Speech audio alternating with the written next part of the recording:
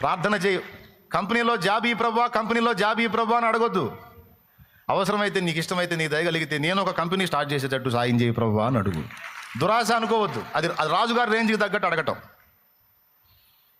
అన్న company స్థాపించేంత scene మనకి ఎక్కడుందన్నా, ఈ జీవితానికి అది సాధ్యం కాదని నేను అనుకుంటున్నాను అని ఎప్పుడు అనుకోవద్దు. అందుకే ముష్టిముఖాలు అంటుంది మనల్ని.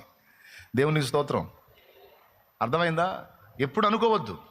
ఆయన ఏ మలుపు తీసుకుంటాడో, ఏ విధంగా కార్యాలు చేస్తాడో నీకు తెలియదు సోదరా. ఇప్పుడు గొప్ప గొప్ప కంపెనీలు స్థాపించి నడుపుతున్న వాళ్ళందరూ ఒకప్పుడు మన సరికే, మన పొజిషన్లో ఉన్నోళ్లే.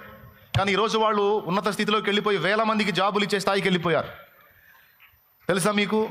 ఒక నెలకు వచ్చి కొన్ని కోట్ల రూపాయలు వాళ్ళు ఉద్యోగస్తులకు జీతాలు ఇచ్చే స్థాయికి వెళ్ళిపోయారు. ఒకప్పుడు జీరోతో స్టార్ట్ చేసిన వాళ్ళు ఈరోజు ఆ స్థితికి ఎలా వెళ్ళారు? అలా అవకాశాలు దొరికినాయి, ఒకదానికొకటి లింక్ అయినాయి, ఆ స్థాయికి వెళ్ళిపోయారు. దేవుడిని ఎరగని అన్యజనులు ఆ స్థాయికి వెళ్ళినప్పుడు జీవం గల దేవుని ఎరిగిన నీకు దేవుడు ఆ లింకులు కలపడా, అవకాశాలు ఇవ్వడా, అనుకూలతలు కల్పించడా? ఆయనకు సమస్తము సాధ్యమే.